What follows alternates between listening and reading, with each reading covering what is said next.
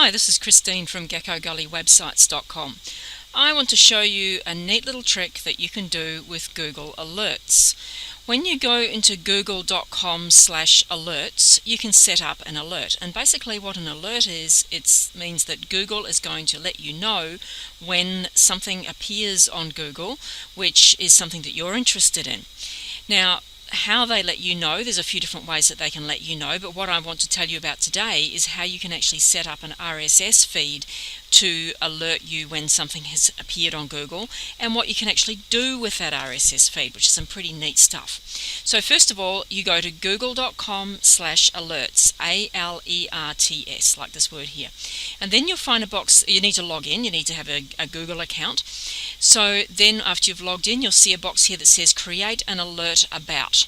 Now there's a few different things. You can just type some words in here if you want to, or you'll find that there's already some alerts already set up, or at least, they're not set up for you yet, but there's available for you to choose. There's one here that I've already set up earlier, but this one here, for example, that's me, and my name is Christine F. Abella. That's my Gmail email address. So if I wanted to, I could easily create an alert for those to tell me when those things appear on Google.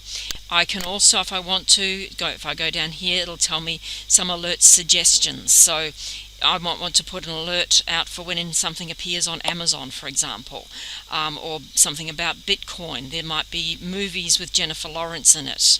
There might be something about programming or politics. Just various things that's suggested that you might want to create an alert about.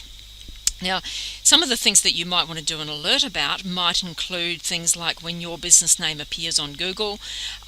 You might want to do something like when you publish a new video on YouTube, you want the RSS feed from Google Alerts to kick in and do some various things. There's all sorts of things that you can have an alert set up to tell you about. So let's go back to the start and say create an alert about. What do we want to create an alert about? So let's say I want to create an alert about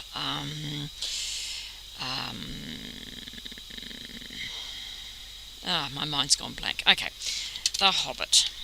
I'm going to spell it right. Hobbit. I think that's how you spell Hobbit. Has it got one T or two? It's got one T, isn't it? Anyway, let's see that. Okay, so then I can just click on create an alert. What I really want to do is I want to say show options. Now what I can do here is you can say how often do you want it to alert you, and you've got various options here. As it happens, at most once a day, and so forth.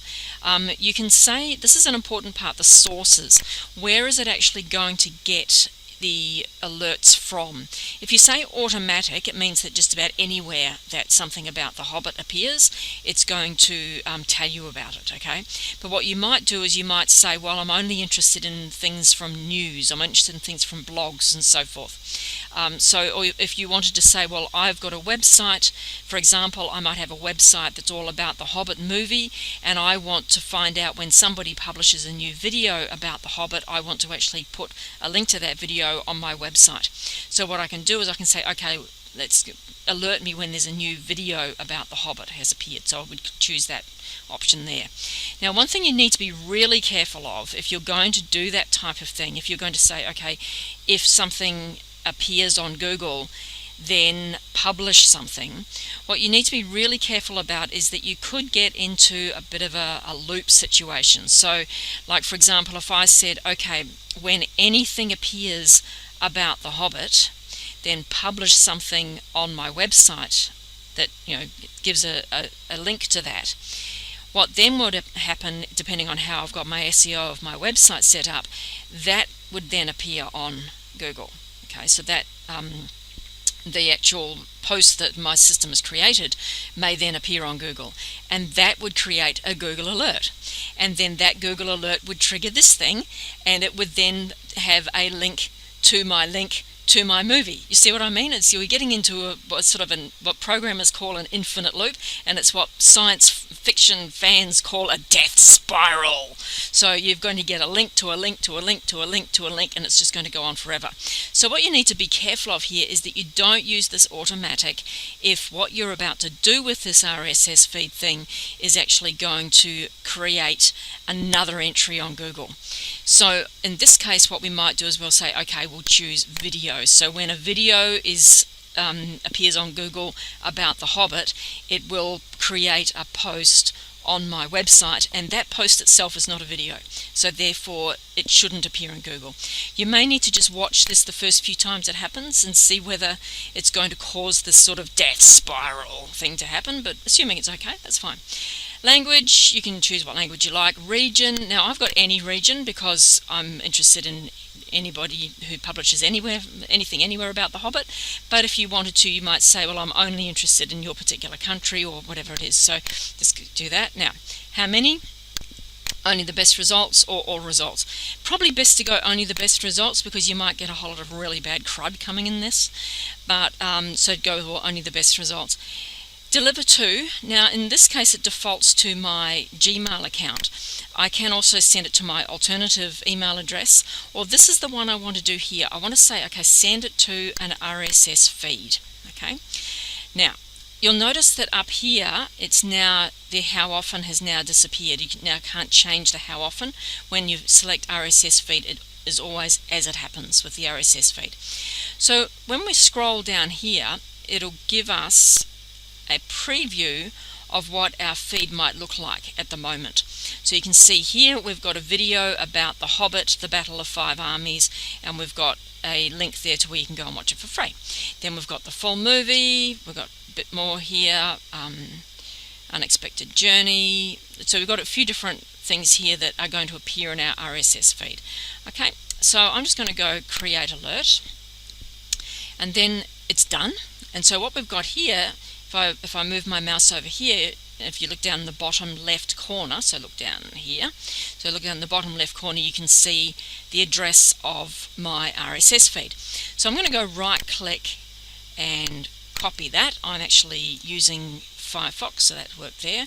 Now I'll go over here, and I'm just going to go here, and you can see here this is what the Google alert for the RSS feed looks like. Okay, now what can you do with it? Well, anything you can do with an RSS feed you can do with this. Now if you have got a website set up, you might have perhaps a WordPress website set up, and you might have something like a plugin in there that will read RSS feeds. Okay, so there's quite a few plugins available. Some of them are paid plugins, some of them are free plugins, but they will let you know, they'll let your website know and create a post with this information in it when that happens.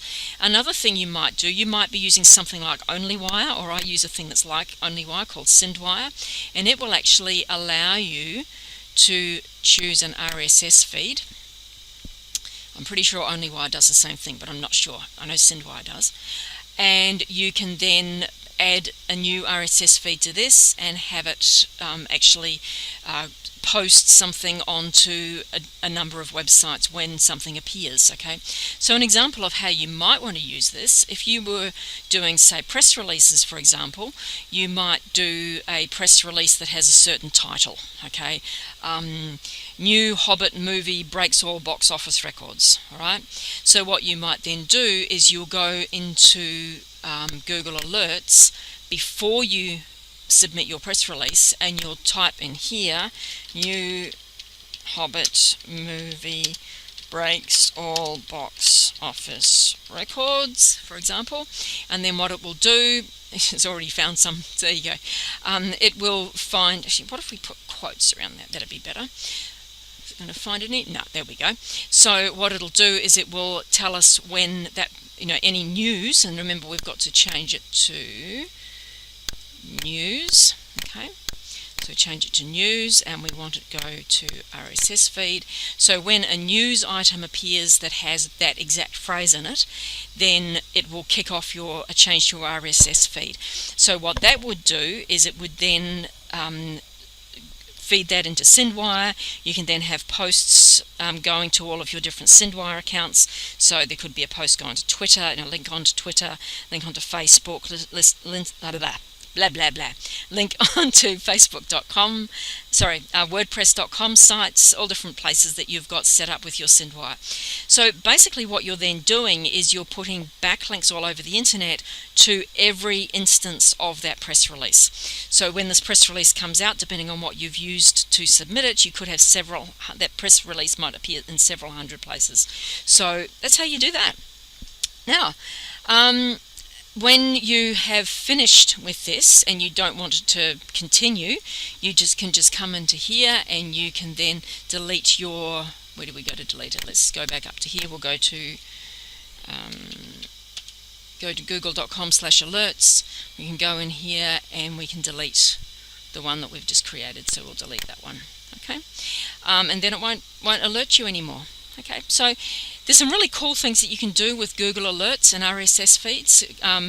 Most people just use it to see what's going on, but there are some really cool things that you can do that are going to add backlinks and add automated content to websites and stuff like that. Okay, so have fun with that. Death Spiral! Always wanted to say that.